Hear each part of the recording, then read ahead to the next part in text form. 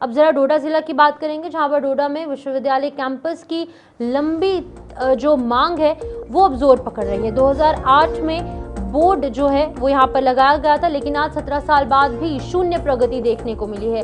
उच्च शिक्षा के अभाव में हर साल हजारों छात्र यहाँ पर पलायन को मजबूर हो गए हैं। लोग जो है अलग अलग जगहों पर जा रहे हैं। जिले में उच्च शिक्षा ढांचा अभी भी शून्य है और लोगों में रोष देखने को मिल रहा है।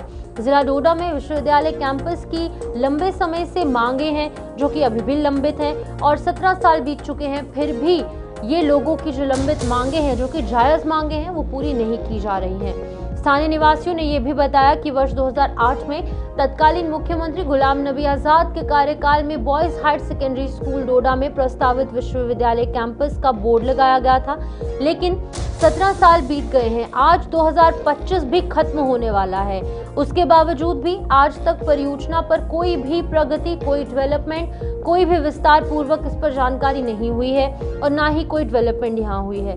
लोगों ने आरोप लगाए कि ये बोर्ड अब जनता के लिए सिर्फ एक शो पीस बनकर रह गया है। निवासियों ने बताया कि हर साल डोडा से हजारों विद्यार्थी ग्रेजुएशन करने और उच्च शिक्षा प्राप्त करने के लिए, पोस्ट ग्रेजुएशन करने के लिए भी जो है वो यहाँ पर सुविधाएं नहीं है, जिसके चलते उन्हें जम्मू या फिर अन्य जगहों पर जाना पड़ता है।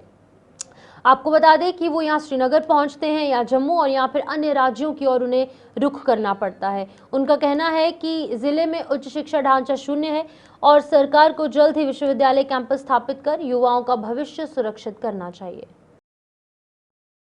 काफी लंबे समय से डोडा की डिमांड थी कि डोडा की सिटी के अंदर एक यूनिवर्सिटी कैंपस की ब्रांच खुल जाए और लगभग 2008 के आसपास जब गुलाम नबी आजाद, आज भी या तो भद्रवा या फिर जम्मू यूनिवर्सिटी के दरवाजे खटखटाने पड़ते हैं पीजी करने के लिए। मेरे साथ आबिद पामपुरी हैं, इन्हीं से बात करते हैं। सर, थोड़ा सा बताएं क्या चीजें थी, किस तरह की सैटेलाइट कैंपस डोडा के अंदर खुलने वाला था, क्या सब्जेक्ट भी प्रोवाइड किए जाने थे? देखिए विकास जी, सबसे पहले आपका शुक्रिया। विकास जी, 2007 में जब गुलाम नबी आज़ाद साहब चीफ मिनिस्टर बने, उनने एक अनाउंसमेंट की कि बुधरा में एक यूनिवर्सिटी खुली जाएगी। उसके सैटेलाइट कैंपस जो है डोडा में भी होगा और किश्तवाड़ में भी खुलेगा। लेकिन वो कैंपस ही खाली खुला, कहीं सैटेलाइट कैंपस हमने कभी देखा नहीं।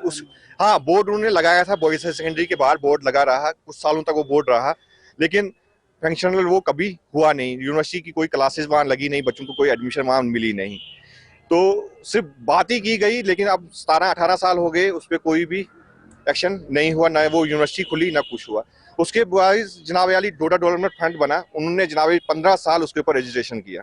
डोडा डेवलपमेंट फंड ने 15 साल यूनिवर्सिटी की डिमांड की।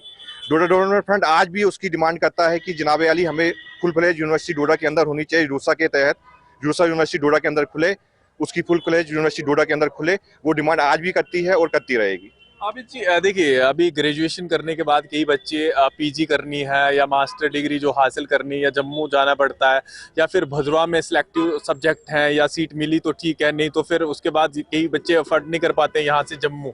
देखिए, हर साल यहाँ से जो है ग्रेजुएट 700-800 बच्चे होते हैं। उन सबको जनाब जम्मू यूनिवर्सिटी में एडमिशन नहीं मिल सकती, क्योंकि वहाँ लिमिटेड सीटें होती हैं। जितनी सीटें वहाँ होती हैं पीजी करने के लिए या एमएससी करने के लिए, दूसरी चीज़ें जो भी करना हो, सब सीटें वहाँ अवेलेबल नहीं होती है। हमारे बच्चों को मजबूरन हिंदुस्तान के दूसरे हिस्सों में जाना पड़ता है।